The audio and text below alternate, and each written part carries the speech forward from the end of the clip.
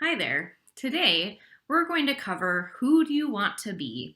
This is really the summary of all the things that we have learned throughout this portion of the wellness curriculum. So, as we talk about who we want to be, it's really understanding how our mindset, thoughts, beliefs, and all of that generate who we are and how we show up. Okay, so let's put it all together. We know that our mindset and our thoughts will work to generate our beliefs. Those beliefs will create what we identify as our identity and eventually lead to the legacy that we leave. We know that our repetitive thoughts and self talk, whether true or false, will become something that we believe.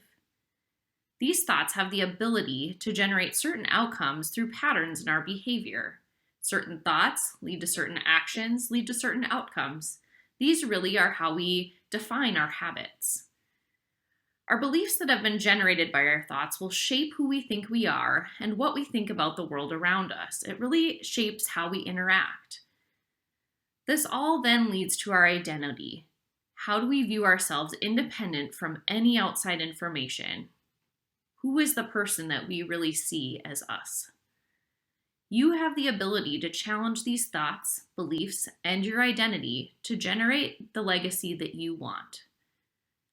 Now, as you start to think through this, it's important to recognize that as you challenge these concepts, employ your watcher to see how your brain responds. Is it resistant to these new ideas and beliefs, and why? Is it because it's trying to protect you?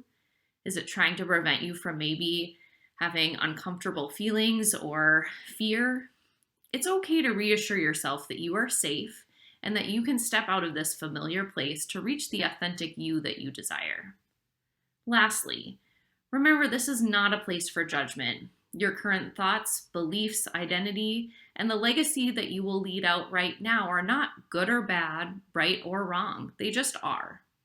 You get to decide if those things that may have served you in the past are continuing to serve you. And if not, you can decide to make a shift. We'll work through how to go through that process later in the curriculum. But for now, I hope you've enjoyed everything you've learned so far, and we hope to see each other again soon.